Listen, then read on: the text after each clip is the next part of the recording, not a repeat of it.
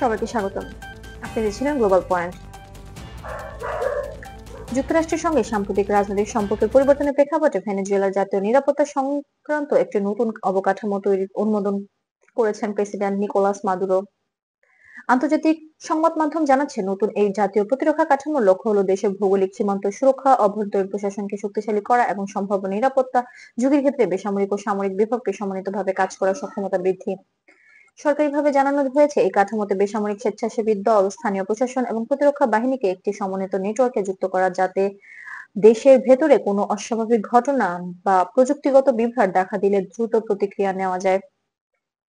বিষয়টি এখনো পুরোপুরি বাস্তবায়নাধীন, তবে এটি ভেনেজুয়েলার দীর্ঘমেয়াদী নিরাপত্তা ব্যবস্থার অংশ হিসেবে বিবেচিত হচ্ছে।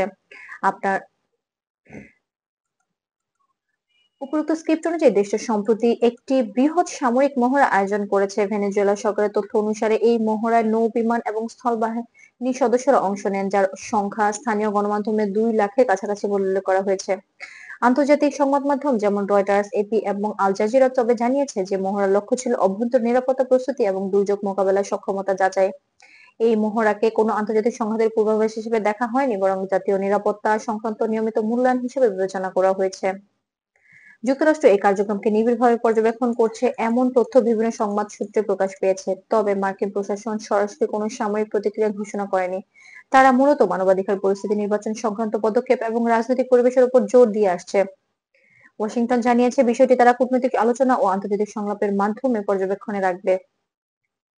আন্তর্জাতিক পর্যবেক্ষকদের মতে, দুই দেশ ভিন্ন রাজনৈতিক অবস্থানে থাকলেও এখনো কোনো তাৎক্ষণিক সংঘাতের ইঙ্গিত নেই। গুরুত্বপূর্ণ বিষয় হলো, ভেনেজুয়েলার সাম্প্রতিক মহড়া বা নিরাপত্তা কাঠামো পরিবর্তনকে ভৌগোলিক স্থিতিশীলতার অংশ হিসেবে দেখা হচ্ছে, যেটি মূলত দেশীয় নিরাপত্তা এবং অভ্যন্তরীণ প্রশাসনের শৃঙ্খলা উন্নত করার উদ্দেশ্যে পরিচালিত।